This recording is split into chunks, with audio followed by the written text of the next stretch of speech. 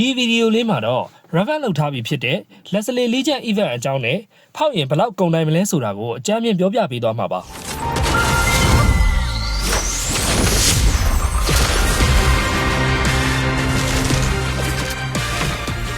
ပထမအဆုံးအနေနဲ့ဒီ event က April 24ကနေ May 23အထိရက်30ကြာအောင်လာမှာပါ Daily One Draw ကို 50% off အဖြစ် Diamond 50နဲ့လှည့်ရမှာဖြစ်ပြီး First Stand Draw ကိုတော့ Diamond 900နဲ့လှည့်ရမှာပါ Stand Draw တိုင်းမှာလည်းအနည်းဆုံး Elite Skin တစ်ကောင်ကျင်းနေရရှိနိုင်မယ်လို့ပြောထားပါတယ် Premium Supply တွေအနေနဲ့ Phase 1က May 1ရက်နေ့ကနေ May 9ရက်နေ့ထိ9ရက်ကြာအောင်လာမှာဖြစ်ပြီး Free Token တွေအနေနဲ့ကတော့ Diamond 900ဖြစ် Diamond 900သုံးရင်Free Token 18ကရရှိနိုင်မှာပါ Phase 2ကတော့ May 8ရက်နေ့ကနေ May 12ရက်နေ့ထိ9ရက်ကြာအောင်လာမှာဖြစ်ပြီး Free Token အနေနဲ့ကတော့ Phase 1တုန်းကအတိုင်း Diamond 900ဖြစ်900သုံးနဲ့ Free Token 18ကရမှာဆိုတော့စုစုပေါင်း36ကရရှိနိုင်မှာပါဒီ event ရဲ့ထူးခြားချက်အနေနဲ့ Draw Reward မှာ Free Token တွေဘာတွေမပါတော့ပဲ15ချိန်အထိကို15 point အချိန်20ဆိုရင်15 point အချိန်30မှာဆိုရင်နောက်ထပ်15 point အချိန်40မှာ point 30နဲ့အချိန်50အထိကို point 30ဆိုပြီးစုစုပေါင်းအချိန်50အထိ105 point ရရှိနိုင်မှာပါ Leslie Legend ကိုလှည့်ရင်တခြားရရှိနိုင်မဲ့ skin တွေကိုလည်းဒီမှာပြပေးထားပါတယ်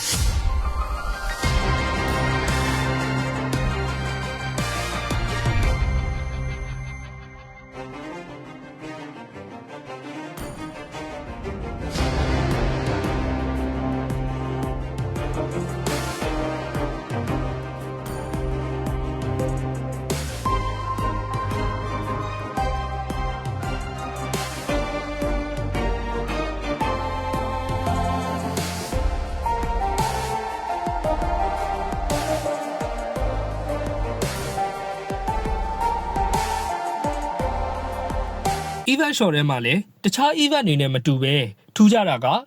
တခြား skin တွေမပါတော့ပဲ Leslie Legend နဲ့ Random Special Skin Chest တစ်ခုကိုပဲလဲလှယ်လို့ရမှာပါဒီ Angelic Treasure ထဲမှာတော့ Leslie ရဲ့ Dynamic Skin Portrait ကို 20% discount ဖြင့် Diamond 450နဲ့ဝယ်ယူလို့ရမှာဖြစ်ပြီး Radiant Kit ကိုလည်း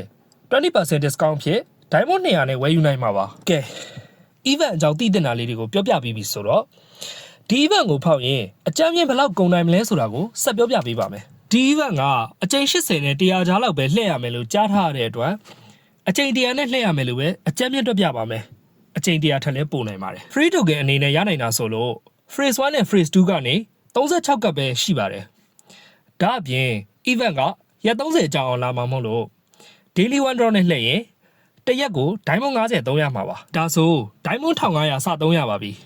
အချိန်အနေနဲ့ကတော့66ချိန်ပါအချိန်100ပြည့်ဖို့ဆို34ချိန်လိုပါတယ်အဲ့ဒီတော့တန်ဒရော3ကလှည့်ဖို့ကလွှဲရင်တခြားနည်းလမ်းလည်းမရှိပါဘူးဒီတော့ပထမ10ချိန်မှာ900ဒုတိယ10ချိန်မှာ1000နဲ့တတိယ10ချိန်မှာ1000ဆိုရင်အချိန်30ကို Diamond 2500သုံးရပါမယ်၄ချိန်စာအတွက်က Diamond 100စီနဲ့လှည့်ရမှာမို့400ဆိုရင်စုစုပေါင်း Diamond 2900ပါအပေါ်က66ချိန်အတွက်1500နဲ့ဆိုစုစုပေါင်းအချိန်100အတွက် Diamond 4400လောက်ကုန်နိုင်ပါတယ်တကယ်လို့အချိန်100ထက်ပိုသွားခဲ့မယ်ဆိုရင်တစ်ချိန်ကို Diamond 100နှုန်းနဲ့ပိုတော့သွားမှာပါကဲဒီတော့ Leslie Legend ကိုဖောက်ချင်ကြလားဖောက်ရောဖောက်သိရင်လားဆိုတာကို comment လေးမှာပြောခဲ့ကြအောင်လို့ပြောရင်နောက်ဗီဒီယိုလေးမှာပြန်တွေ့ကြမယ်နော်